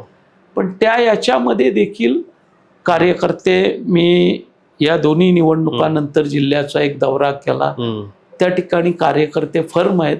त्यांना व्यवस्थित दिशा, व्यवस्थित कार्यक्रम देणं गरजेचं आहे. कारण प्रत्येक ठिकाणी आज आपण तिसऱ्या मुंबईच्या कार्यक्षेत्रात काम करता. बरोबर. आपलं मत देखील असंच असेल की तिसऱ्या मुंबईमध्ये प्रकल्पग्रस्तांच्या हिताचं रक्षण व्हायचं असेल तर शेका पक्ष मजबूत असलाच पाहिजे. भारतीय जनता पक्ष तो विचार करू शकत नाही. शिवसेनेचा तो विषय होऊ शकत नाही अशी परिस्थिती आहे. आणि त्यामुळे शेवटी प्रकल्पग्रस्त किंवा स्थानिक माणूस जो शेवटच्या स्थानावरला माणूस आहे, जनसामान्य सर्वसामान्य माणूस आहे, बहुजन माणूस आहे, त्याच्या हिताचं रक्षण करायचं ते शेका पक्षच असला पाहिजे ही मानसिकता आहे. आज आपण महाविकास आघाडीच्या माध्यमातून एकत्र काम करण्याची मानसिकता करतोय. सुदैवानं काँग्रेसची किंवा राष्ट्रवादीची ती भूमिका या जिल्ह्यामध्ये निश्चितपणानं आहे. काँग्रेसचे कार्यकर्ते देखील आपल्या बरोबरीनं याच्यामध्ये काम करतायत. पण शेका पक्ष ह्या गोष्टीच्या आघाडीवर असला पाहिजे ही सर्वसामान्य माणसाची भूमिका आहे. आज आपण बघतोय एअरपोर्टच्या परिसरात दिबा पाटील साहेबांच्या नावाचा या ठिकाणी आमिष दाखवत सर्वसामान्य नागरिकांना ठाकूर म्हात्रे कंपनीनं फसवलं. कोविडमध्ये त्याच्या विरुद्ध आंदोलनं केली. आज सत्तेमध्ये आहेत. विमानतळ डिसेंबरला चालू झाला, 4 महिने होऊन गेले. 4 महिन्यानंतर ही नामकरणाचा विषय आलेला नाही, मैलोदूर कुठंच दिसत नाही. बाळ्या मामानी जेव्हा लोकसभेत तो विषय घेतला त्यावेळेस निदान त्या संसदेच्या पटलावर तो मांडला तरी गेला. अन्यथा इथले आमदार त्या विषयात कोविडमध्ये आंदोलन करत होते उद्धवजींचं सरकार असताना. आणि एक गोष्टीचा उल्लेख मी करायला मागतोय की ह्यांनी कितीही काही सांगितलं तर उद्धवजींनी आपल्या सत्तेच्या शेवटच्या आठवड्यात बाळासाहेब ठाकरेंचं नाव मागे घेऊन दिबा पाटील साहेबांच्या नावाचा प्रस्ताव दिला नसता तर एकनाथ शिंदे कुठल्याही परिस्थितीत, कारण शेवटी त्यांचं भांडवल शिवसेना प्रमुख बाळासाहेब ठाकरे शिवसेनेची हिंदुत्ववादी विचारसरणी, आनंद दिघे साहेब हाच त्यांचा बेस आहे. त्याच्यामुळे उद्धवजींनी बाळासाहेबांचं नाव मागे घेऊन दिवा पाटील साहेबांच्या नावाचा ठराव कॅबिनेटमध्ये केला नसता, नंतर हे केला नसता, तर एकनाथ शिंदे साहेब तो ठराव घेऊ शकले नसते, असं माझं कार्यकर्ता म्हणून मत आहे. या साऱ्या परिस्थितीत जाताना मी त्यावेळेस एक सूचना केली होती. माझ्यावर प्रचंड टीका ठाकूर कंपनीने केली, पण मी स्पष्टपणानं बोललो होतो की अटल सेतू हे जागतिक दर्जाचं इन्फ्रास्ट्रक्चर त्या ठिकाणी उभं राहिले. अटल सेतूला दिबा पाटील साहेबांचं नाव देऊन घेऊया आणि नवी मुंबई आंतरराष्ट्रीय विमानतळाला जे डिपार्चर गेट आहे त्या डिपार्चर गेटला दिबा पाटील साहेबांचं नाव, त्या ठिकाणी त्यांचा पुतळा आणि त्यांचं जीवनपट आपण साकारूया. कारण त्यावेळेस जी परिस्थिती होती ती बाळासाहेबांचं नाव घेऊन महाविकास आघाडीचं सरकार निर्णय घेऊन बसलं होतं. त्याच्यामुळे तो तडजोडीचा मार्ग मी दिलेला होता. पण त्यावेळेस बाळाराम पाटलांना एकदम टोकाची टीका करणारी मंडळी आज मात्र विमान उडायला सुरुवात होऊन 4 महिने होऊन गेले तरी शांत आहेत. निर्लज्जपणानं विमानतळाच्या या प्रकरणात आंदोलन करणाऱ्या चिंचपाडावासियांवर पोलीस केसेस दाखल करायला लावून त्या ठिकाणी आंदोलन करणाऱ्या कार्यकर्त्यांवर कारवाई करायला पोलिसांना भाग पडतंय. हे अतिशय वाईट आहे. माझा एक प्रश्न आहे की आत्ता जे महाराष्ट्रामध्ये फोडाफोडीचं आणि स्वार्थाचं राजकारण चालू आहे, याच्यामध्ये वैचारिक राजकारण आणि जनतेचा विश्वास टिकवणं फार कठीण झालेलं आहे. याच्याकडे आपण कसं पाहता आणि याच्यावरती आपण कसं काम करता? नाही, निश्चितपणानं वैचारिक काहीतरी भूमिका राजकारणात लागते हा विषय सत्ताधाऱ्यांच्या डोक्यात नाहीये. त्याच्यामुळे काल काय होतं, आज काय आहे, उद्या काय होणार, ही जी परिस्थिती आहे आज आपण बघतोय, कुणालाही कुठलंही आमिष देऊन त्या ठिकाणी घेण्याचा प्रयत्न होतोय. कुठल्याही एक प्रकरणे नंबर 1 पुरा करायचं काम चालू. बरं, हे सगळं केल्यानंतर धोरणं जनतेच्या विकासाची आहेत का? अजिबात नाही. शेतकऱ्यांच्या आत्महत्या होत आहेत, दररोज वाढत्या श्रेणीनं होत आहेत, कुणाला बघायला वेळ. शाळांची दुरावस्था, मराठी भाषेला जागतिक अभिजित भाषेचा दर्जा मिळवून दिला म्हणून सांगता, पण मराठी शिक्षणच वाचलं नाही तर अभिजात भाषा कुठून राहणार आहे? त्या मराठी शाळांकडे कोणी बघत नाही ना, सांस्कृतिक ना काही, आणि कुणीही येतो आणि कुणालाही काही शिकवतोय अशी परिस्थिती आहे. महाराष्ट्रामध्ये प्रकल्प येत आहेत, गुंतवणूक येत आहेत, पण महाराष्ट्रातल्या स्थानिकांना त्याच्यामध्ये स्थान आहे का विचारला, त्याच्यात असं काही असतं का म्हणून आविर्भाव सत्ताधाऱ्यांचा आहे. विमानतळाचा प्रकल्प असेल किंवा इतरही कुठलेही प्रकल्प असतील, कुठेही स्थानिकांना कुठला त्यामध्ये असं निर्णय घेतले जात नाहीत. उद्या महाराष्ट्र शासन निर्णय घेऊ शकतं, घेतले पाहिजेत, पण घेतलं जात नाही. भांडवलदारांना अगदी ऑर्गनाइज पद्धतीनं भूखंड घशात घालण्याचं काम या ठिकाणी चाललंय अशी परिस्थिती आहे. सिडको भूखंड त्याच मार्गाने विकतंय, MMR मध्ये तेच चाललेलं आहे. आपण बघितलं तर अनेक गोष्टी ज्या आपल्याला गरजेच्या नाहीत आज, त्याच्यासाठी महाराष्ट्राचं कॉन्ट्रीब्युशन 80% लाभ घेणाऱ्या राज्यांपेक्षा जास्तीचं आहे.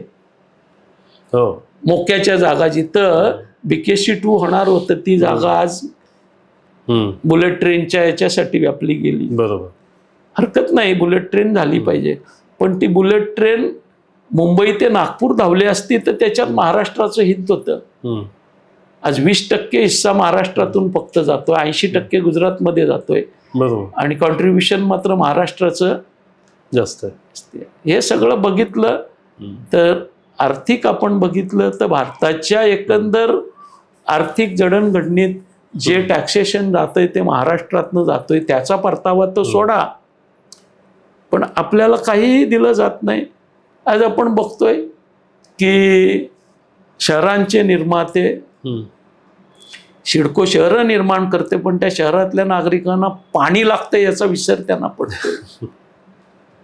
आणि पाणी देण्याची जबाबदारी सिडको आपली नाहीच म्हणून मोकळे होते. पीएमसी झाली, आता कामोठा, कळंबोली, खारघर, तळोजा, फेज 1, फेज 2, नवीन पनवेल, खांदा कॉलनी पीएमसी न बघावे म्हणून सिडकोचे अधिकारी बिंदास सांगतायत. हे सारंच महाराष्ट्र हा नैतिकता बाळगणारा होता, संस्कारांचा होता असं म्हणायची वेळ आली. कारण आज ते कुठंच दिसत नाही. मारामाऱ्या. शेवटचा एक प्रश्न आहे की आता युवकांमध्ये फार मोठ्या प्रमाणावर निराशा आहे, बेरोजगारी आहे. तरी पण काही युवक ज्यांना समाजकारणामध्ये, राजकारणामध्ये यायचं आहे, त्यांना तुम्ही काय संदेश द्या? माझं एकच सांगणं असेल, मी संदेश देण्या इतका मोठा आहे असंही मी समजत नाही. तसं मी समजतो ना, पण आम्ही कदाचित वेडे असू आत्ताच्या युवकांच्या मतानं, पण हीच वेळ आहे की आपल्या हिताचं रक्षण करण्यासाठी तुम्ही योग्य ती भूमिका घेतली पाहिजे. आज या ठिकाणी 2014 पासून आमदार असलेला आपला आमदार दिबा पाटलांच्या नावाच्या बाबतीत ब्रशब्द काढत नाही. मी रॉकेल ओतून आत्मदहन करेन म्हणून वडगरच्या आदिवासींची फसवणूक करणारा आमदार सिडको ठाण्याचं क्लस्टर डेव्हलपमेंट झोपडपट्टीचं करणार जेव्हा MD घोषित करतात तेव्हा दातखिळी उघडत नाही. वाईट परिस्थिती आहे. आपल्या हितासाठी बोललं पाहिजे. पक्षीय दृष्टिकोन बाजूला ठेवूनही, भले तुम्ही भाजपचे असाल, पण प्रकल्पग्रस्तांना विमानतळावर नोकऱ्या मिळाल्याच पाहिजे हे तुम्ही बोललंच पाहिजे. प्रकल्पग्रस्तांना त्या ठिकाणी व्यवसायाच्या संधी 80% दिल्या पाहिजेत, हा प्रयत्न तुम्ही केलाच पाहिजे. तर उलटा जे विरोधात तरुण आहेत त्यांना नोकरी कशी मिळणार नाही हा प्रयत्न इथं लोकप्रतिनिधित्व ज्यांना मतानं दिलं गेलं त्या आमदार मंडळी करताना दिसतात. खासदार साहेब तर या बाबतीत कुठं काही करताना दिसतच नाहीत. JNPTला ते कधीतरी येत आहेत अशा बातम्या येतात, पण विमानतळात नोकऱ्या देणं केंद्राचा विषय आहे. विमानतळ हा त्यांनी भांडलं पाहिजे. बाबा त्या ठिकाणच्या स्थानिकांना सरसकट नोकरी द्या, 80% व्यवसायाच्या संधी द्या, कामं जी आहेत क्लब केली जातात, निकष असे टाकले जात आहेत अगदी PMC पासून सगळीकडं की एक ठराविक कंपूस त्यासाठी क्वालिफाय होईल, त्याच लोकांना कामं दिली जातात. आज ग्रामीण अर्थव्यवस्था उद्ध्वस्त झालेली आहे. दारू पिऊन किंवा पार्ट्या करून, कमळ छातीला लावून आपले हे प्रश्न सुटणार आहेत का? किंवा या ठिकाणी शिवसेनेचा उदो करून आपले हे प्रश्नांना काही न्याय मिळतोय का? आज एकनाथ शिंदे साहेब बरेच वर्ष नगरविकास मंत्री आहेत, पण पनवेलकरांचा, उरणकरांचा, 95 गाववाल्यांचा जो गरजेपोटीचा प्रश्न आहे तो सोडवण्यात ते कुठं ॲग्रेसिव्हनेस दाखवत नाही, उत्साह दाखवत नाही. ते दुर्दैव आहे. मी त्यांच्या आघाडीचा आमदार म्हणून त्या प्रयत्न केले. अजितदादांची भूमिका त्या बाबतीत सकारात्मक होती. त्यांनी बैठका घेऊन तो प्रश्न सोडवावा म्हणून प्रयत्न केले होते, पण 5-5, 7-7 वेळा सांगून ही आज दुर्दैवानं DCM असलेली मंडळी या विषयाला प्रकल्पग्रस्त म्हणून, तो कुठल्या पक्षाचा प्रश्न नाही आहे. गरजेपोटी घरं शेका पक्षवाल्यांचीही आहेत, भाजपची आहेत, काँग्रेसची आहे, RPIची आहेत, शिवसेनेची आहेत, उबाटाची आहेत, त्या ठिकाणी राष्ट्रवादी शरद पवार साहेबांच्या गटाची आहेत, अजितदादाची आहेत, RPIच्या विविध गटांची आहेत, त्याच्यानंतर प्रकाश आंबेडकर साहेबांच्या पक्षाच्या लोकांचे. ते काही घराणं पक्ष नाहीये, पण कुणाच्याच बाबतीत निर्णय घ्यायचा तसदी घेतली जात नाही. माझी विनंती आहे, आपले प्रश्न केंद्रस्थानी ठेवून आपण निर्णय घ्या. भले निवडणुकीला तुम्ही कुठल्याही पक्षाच्या वतीनं उभे राहा, जनता काही देईल तो कौल स्वीकारावाच लागतो. चुकीचा असला, बरोबर असला तरी तो शेवटी निवडणुकीचा कौल असतो. अनेक जस्टिफिकेशन नंतर केली जातात, पण ते न करता माझं मागणं राहील, तरुणांनी मटण, दारू, पाकिट, क्रिकेटला पैसे, छकड्याच्या शर्यती याच्यावर न जाता आपल्या प्रश्नांवर जावं. आज फार गरज आहे. आम्ही मंडळी 95 गावातली मंडळी नवी मुंबईच्या याच्यातले काही अंशानं सुटलेलो आहोत. पण नैनामध्ये तरुण जर जागृत राहिला नाही, रस्त्यावर आला नाही, तर नैनाच्या प्रकल्पग्रस्तांचे हाल कुत्रा खाणार नाही. आणि तिसऱ्या मुंबईच्या लोकांचे तर हाल नैनापेक्षा आणखी वाईट असतील असं माझ्यासारख्या कार्यकर्त्याला समोर दिसते. पण शेवटी मी आशावादी, प्रयत्नवादी कार्यकर्ता आहे. त्याच्यामुळं नाउमेद न होता आपण ताकदीनं लढूया आणि आपले हितसंबंध जपूया. पक्ष ज्याचा त्यांनी राखावा, ज्यांनी त्यांनी निवडणुका कराव्यात, जनतेला वाटेल त्याला त्यांनी मतं द्यावी, भले पैसे घेऊन द्यावीत, आणखी कुठल्या मार्गाने द्यावीत, पण सर्व स्थानिकांच्या हिताचं रक्षण करण्याचा विडा उचलून आपण कामाला लागूया. अदरवाईज याच्यात बदल घडवता येणार आपल्याला फार चांगलं भवितव्य असेल असं मला वाटत नाही. पण ते मिळवण्याच्या दृष्टीनं आपण संघर्ष मात्र केलाच. नाही, निश्चितपणे आपण आज जनतेच्या मनातल्या प्रश्नांना फार पडखरपणे आणि स्पष्टपणे उत्तरे दिलीत. त्याच्याबद्दल आपलं मनपूर्वक धन्यवाद. मित्रांनो, जर आज आपल्याला हा आजचा एपिसोड आवडला असेल तर अशाच प्रकारचे विविध कार्यक्रम पाहण्यासाठी आम्हाला नक्की लाईक आणि सबस्क्राईब करा. धन्यवाद.